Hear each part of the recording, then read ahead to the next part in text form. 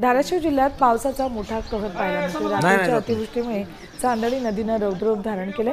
परांडा तालुक्यातील सिरस गावात चावडी शाळा आणि घराघरात पाणी साचलेले, त्यामुळे गावकऱ्यांचं प्रचंड नुकसान झाले। जीवनावश्यक वस्तूंचं प्रचंड नुकसान झालेलं आहे। शेती पिकांचे अतोनात नुकसान झाले। लवकरात लवकर उपाययोजना करण्यात यावी अशी मागणी शेतकऱ्यांनी केली। सिरसगाव गावातील नदीला महापूर आल्यामुळे नदीच्या पलीकडील जवळपास 200 ते 300 लोक तिकडे अडकून पडले।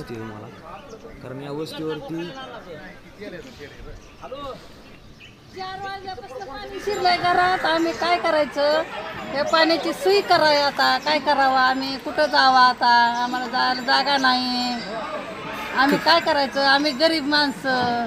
लय नुकसान झालंय काय? सगळं घरात काहीच नाही, कमरेत पाणी आहे आमच्या घरात। आम्ही काय करायचं आता? शासनाने लवकरात लवकर तात्काळ काहीतरी मदत करावी। आणि सतत 2 महिने झालं पाऊस आणि पूर बरोबर माझ्याकडे इकडं रोडला गाड्या आहेत, सगळ्या गाड्यामध्ये पाणी शिरलेलं आहे। आता ही गाडी पूर्ण हालाना गेली, म्हणजे 4 टायर आदर झालेले आहेत।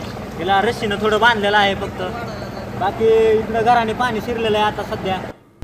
आता isakal.com आहे देशातील नंबर 1 ची मराठी न्यूज वेबसाईट। प्रत्येक अपडेटसाठी isakal.com ला नक्की भेट द्या।